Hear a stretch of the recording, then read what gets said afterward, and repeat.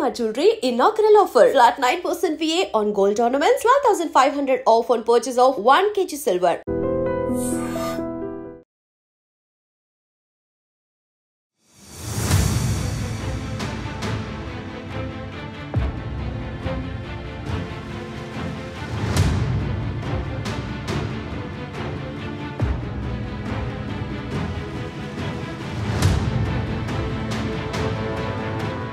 సూర్యాపేటలో అత్యంత దారుణమైనటువంటి ఘటన అది నిన్న రాత్రిపూట జరిగింది. నిజంగా అసలు మనుషులకు మానవత్వం చచ్చిపోయింది అనిపిస్తుంది. ఇట్లాంటి వార్తలు చూసినా సరే అదే అనిపిస్తుంది. ఎందుకంటే తల్ల తండ్ర అనేది అసలు ఏమి కూడా వావి వరుసలు ఏమి ఉండట్లేదు. ఒకటి తర్వాత ఈ మద్యం మత్తులో ఉన్న మనుషులు ఇక మృగాల కంటే చాలా ఘోరం అని చెప్పొచ్చు. మద్యం మత్తులో సోయి లేకుండా అసలు ఏం చేస్తున్నారో ఏదో అనేది కూడా మర్చిపోయి ఎంత దారుణంగా ప్రవర్తిస్తున్నారు అని అంటే అసలు మనం ఎక్కడున్నాం ఏం చేస్తున్నాం అనేది కూడా సోయి లేకుండా ఆ మద్యం మత్తులో తూగుతూ ఎవరు ఏం చేస్తున్నాము అనేది కూడా మర్చిపోయి ప్రవర్తిస్తున్నారు. అట్లాంటి సంఘటనే ఇప్పుడు సూర్యాపేటలో జిల్లాలో జరిగింది. ఇగో ఈ పర్సన్ పేరు వచ్చేసి వెంకటేష్. వాళ్ళకు పాప ఉంది, కేవలం 11 నెలలు మాత్రమే. అంటే ఇంకో నెల అయితే సంవత్సరం అవుతుంది, ఫస్ట్ బర్త్డే జరుపుకుంటది. ఆ చిన్నారి అంటే చాలా మంది అమ్మా నాన్నలకి ముద్దు మాటలు చెప్తూ బుడిబుడి నడకలు వేస్తూ అట్లాంటి టైంలో చిన్నారులు బాగా ముద్దొస్తూ ఉంటారు. అట్లాగే తల్లిదండ్రులు ఎన్ని టెన్షన్లు ఉన్నా కూడా ఆ పాపలను చూసిన తర్వాత మర్చిపోతూ ఉంటారు. అట్లాంటిది ఈ మద్యం మత్తులో ఉన్న వెంకటేష్ నిన్న రాత్రి వచ్చి గొడవ చేయడం స్టార్ట్ చేశాడు. గట్టిగా అరవడం, వాళ్ళ భార్య పైనే అరవడం స్టార్ట్ చేశారు. దీంతో పక్కనే చాలా మంది వేరే వేరే పోర్షన్స్ ఉంటాయి, పక్కన వాళ్ళు ఉంటారు. వీళ్ళందరూ కూడా చూసి న్యూసెన్స్ అవుతుంది అని ఎంతసేపు వారించినా భార్య మాటల్ని పట్టించుకోకుండా గట్టిగా అరవడం స్టార్ట్ చేసేసరికి ఆ 11 నెలల చిన్నారి ఏముంటది, నిన్న 11-11:30 ప్రాంతంలో జరిగింది రాత్రిపూట. ఆ చిన్నారికి ఏం తెలుసు ఇట్లా నాన్న తాగొచ్చిండని ఒర్రుతున్నాడు అని. ఆ పాప భయపడిపోయి గట్టిగా అరిచేసరికి ఏడవడం స్టార్ట్ చేసింది. ఇంకా ఇరిటేషన్ అయిపోయాడు ఈ వెంకటేష్. అంటే కన్న తండ్రి ఇరిటేట్ అయిపోయి ఆ పాప నోరుని మూసాడట. మీరు ఒక్కసారి ఇమాజిన్ చేసుకోండి, ఇప్పుడు పిల్లలు ఎవరినైనా ఏడిస్తే వాళ్ళని మగ్గించడానికి ఎత్తుకొని అటు ఇటు తిప్పడమో లేకపోతే చాలా లాలగా మాట్లాడడమో ఇవి చేస్తూ ఉంటాం. కన్న తండ్రేమో ఏకంగా మూతిని మూసేశాడు. దీంతో ఎక్కడ ఊపిరి ఆడదేమో అని భార్య వచ్చి మూతి నుంచి అంటే అతని చెయ్యిని తీసేసింది. దీంతో ఇంకా కోపం అయిపోయిండు. భార్య ఒకసారి ఆ పాప మూతి అంటే మూతి దగ్గర నుంచి చేతి తీసేసరికి వెంటనే ఆ భార్యను కూడా నెడితే ఆమె గోడకు వెళ్ళి తాకిన తర్వాత ఆమె కింద పడిపోయింది. ఆమె గట్టిగా ఏడవడం స్టార్ట్ చేసింది. దీంతో వెంటనే భార్యను అటు నూకాడు. ఆ తర్వాత ఆ పసి పాపని 2 కాళ్ళు తీసుకొని 2 సార్లు అక్కడే ఇట్లా బండకేసి కొట్టడం అని అంటాం కదా, సో అట్లా ఆ పాపని 2 టైమ్స్ బండకేసి కొట్టాడట. అసలు మనిషా ఏమనాలి ఇట్లాంటి వాళ్ళని?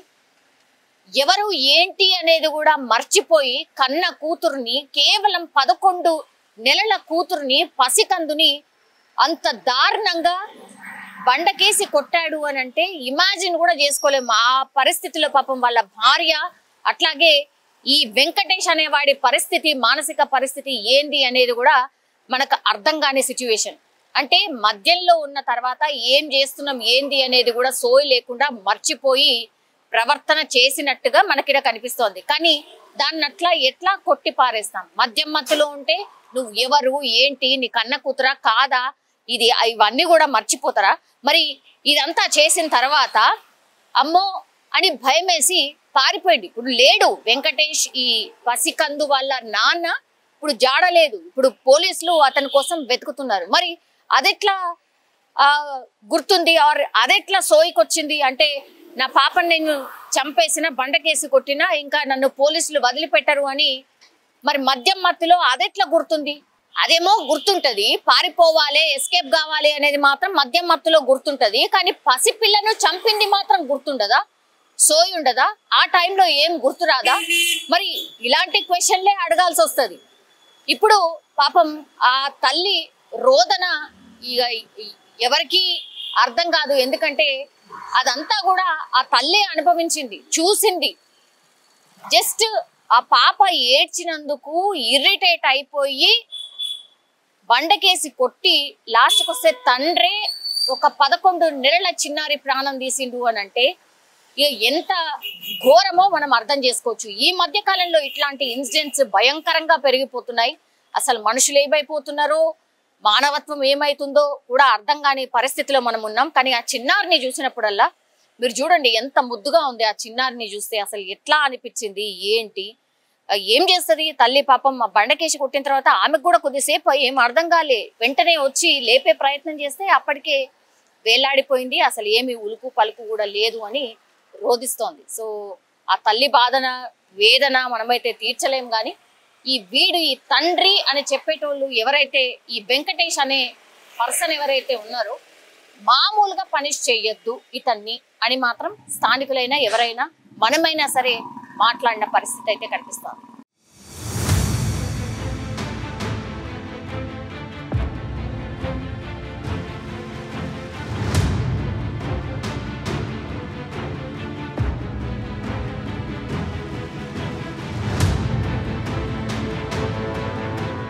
పెట్టి ఊదుకుంటూ తీసుకొస్తే అక్కడ శ్వాస తీసింది. అయితే ఊపిరి ఉందని నేను అన్న ఎటు తీసుకుపోతే తొందరగా ఎమర్జెన్సీలో తీసుకుంటారు అంటే ఏరియా హాస్పిటల్ అయితే తొందరగా ఉంటుంది అన్న, ఆక్సిజన్ పెట్టుకుంటూ మళ్ళీ ఏరియా హాస్పిటల్ తీసుకోవచ్చు ఊపిరి ఉంటే అని అన్నయ్య చెప్పిండు. అదే స్పాట్ లో మేము మళ్ళీ ఏరియా హాస్పిటల్ తీసుకొచ్చి ఆక్సిజన్ పెట్టించినాం సార్. ఆక్సిజన్ అన్ని పెట్టించినాక కళ్ళు తెరిచింది, కొంచెం శ్వాస ఆడినట్టు ఆడింది, కానీ వాళ్ళ వల్ల కాదన్నారు, చనిపోయింది సార్.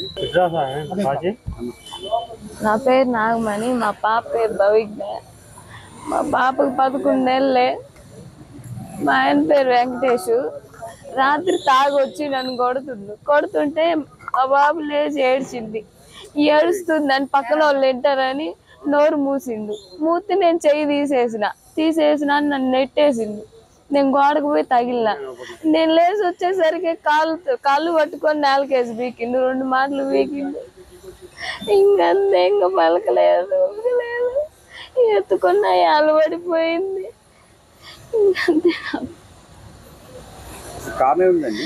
కారణం ఏం లేదండి, తాగొచ్చిండు అంతే.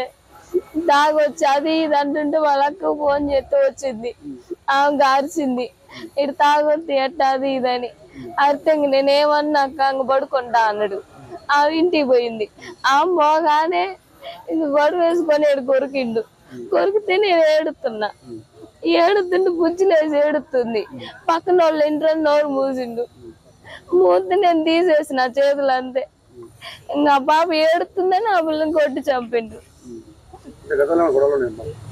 ఏం లేదని తాగిన ఇప్పుడల్లా ఇంతే సైకిల్ ప్రవర్తిస్తాడు. ఏం చేస్తాడు ఆయనకే తెలియదు. ఏది ఉంటే అది మగలు కొడతాడు, ఏది ఉంటే అది తీసుకొని కొడతాడు. తాగపోతే బాగానే ఉంటాడు, బాగానే మాట్లాడతాడు. ఏమో సార్ తెలియదు, ఇంకా మరి ఎందుకు కొట్టిందో. ఏడుస్తుంటే ఆ ఏడు పక్కన వాళ్ళు ఇంటే వస్తే గోల్ చేస్తారని నోరు మూసిండు. నేను చచ్చిపోద్ది పసిపిల్ల నోరు మూస్తే చెయ్యి లాగినా అని నన్ను నెట్టేసి నా పాపని తీసుకొని బాధేసింది నేలకేసి. ఇంకంతే, కాళ్ళు పట్టుకొని నేలకు పెట్టి పీకిండు, 2 సార్లు పీకిండు. ఇంకా మీ ప్రభుత్వానికి వదిలేస్తారు. నాకు జరిగిన అన్యాయం మరి తల్లికి జరగకూడదు. ఇంత దారుణంగా తండ్రి ప్రవర్తించకూడదు. తెలియదు నాకు ఎక్కడ ఉన్నాడు. లేదు, పారిపోయిండు.